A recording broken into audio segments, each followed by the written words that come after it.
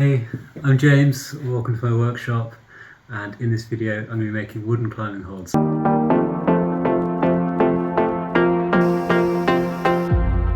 With a twist.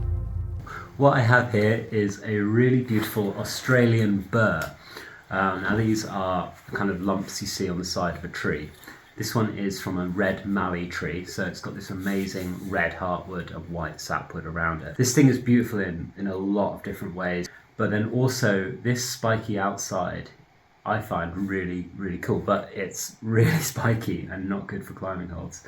Because you're going to tear your skin, and the point of a wooden climbing hold is to preserve your skin and allow you to train for a lot longer than you normally would be able to. So what I'm going to do, I'm going to keep the natural feel of the wood and the grain of the wood on the bit that you hold.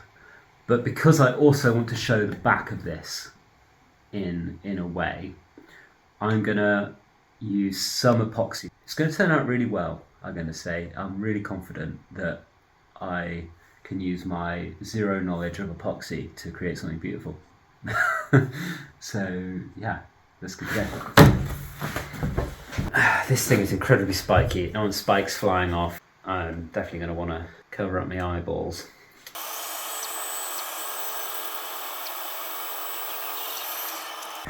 Let's take a quick sneak peek of what we're going to have here, because that is the plan. Our blank, we pop it on, say like that, and then the bottom half, this bit here, will be clear epoxy, and then the top half will be that. This is resin, 2 parts to 1, 2-to-1 ratio by weight, transfer to jug, pour on, cool. 2-to-1 by weight, let's go.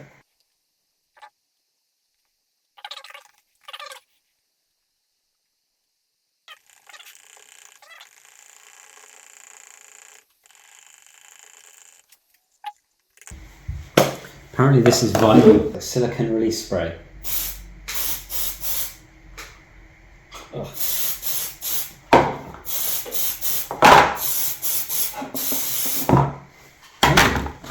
There we go. Leave this outside. Back in a moment. Right, let's just start pouring. Just going to try and get this all over the edge here. I'm gonna get some on the table immediately. Great, well done, James. Okay, I'm gonna put this camera down. I'm a bit worried. This one's looking great. I'm not worried about this one at all. I think I'm gonna get at least one good hold. This one not so much. Right, 2 weeks later, and I have both of these in the workshop. And this one has done fine. Let's see how well the mold release works. Oh, easy, easy. Oh, it's going to be amazing. It's not that easy. I don't want to break the box, but the box wasn't that good because I had that thing in the bottom anyway. But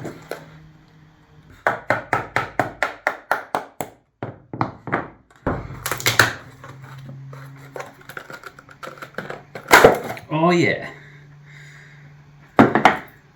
Cool. I designed them with this template in mind, so you should have a left and a right. This is the right hand one here. God, it just fits, doesn't it? Perfect. Now this one has the cardboard well and truly glued to the bottom of it. So I'm going to need to sort that out. I'm going to chop these off, cut them out, and then sand a little bit, so I'm not sanding everything. That's what I'll do. Alright, got it.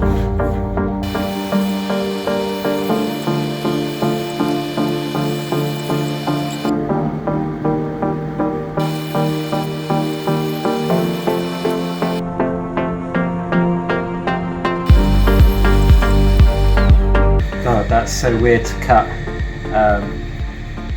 Yeah. Take this mask off my head. We have the blank. I've got a pair. So now, yeah, I just need to do the bevels on the sides, and I've got to be really careful with the bevels because I don't want to be chopping any of this stuff off, and I'm kind of worried about what it's going to look like here. So yeah, we'll have to see.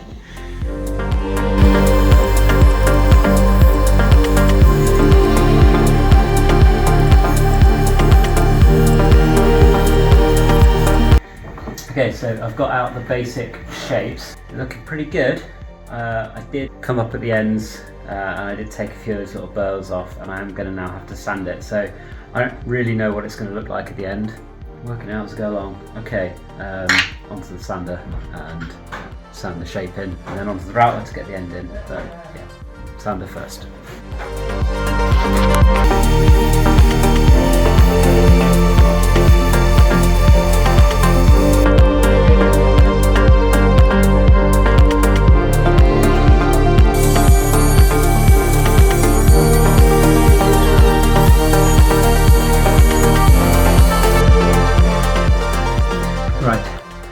I now pretty much have the full shape of the hold in, got the round over done.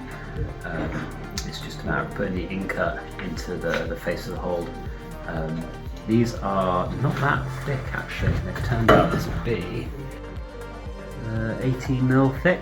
Give me a pretty like half pad crimp. So I'm going to do them at 25 degrees. That's like a nice level.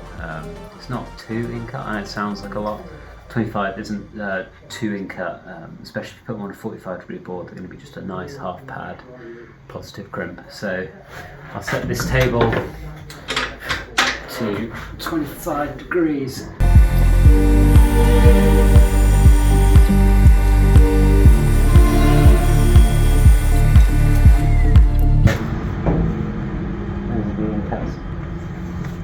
Sorry. Right, there's the incut sand. Interestingly, the epoxy is like sunk into the wood. I didn't think it would do that. Because wood is porous, it must have just like sucked in a load of the epoxy. Yeah, let's go.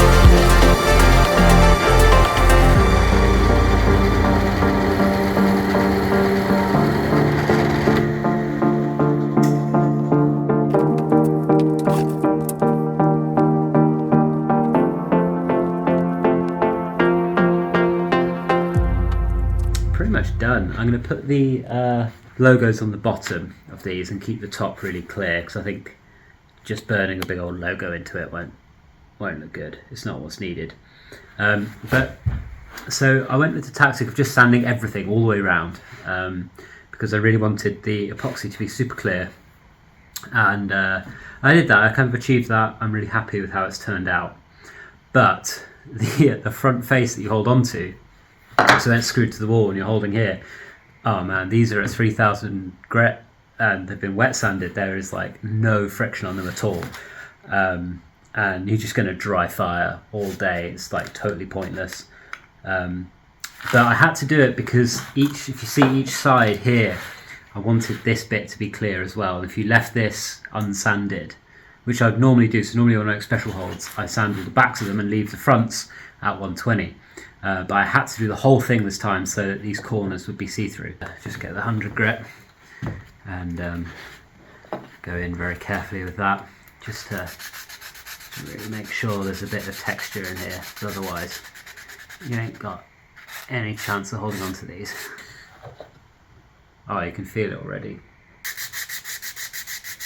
But as I was worried before that the epoxy had sort of sunk into the wood a bit, that doesn't seem to have actually happened. I just kind of, it did a little bit, but now I've sanded it down through the whole process of making the holes.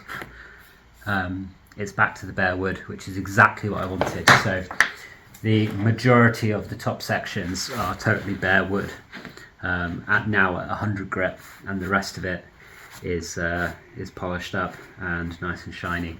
And it's got this, like, I actually quite like it. I like the little accents on the corner of epoxy going around.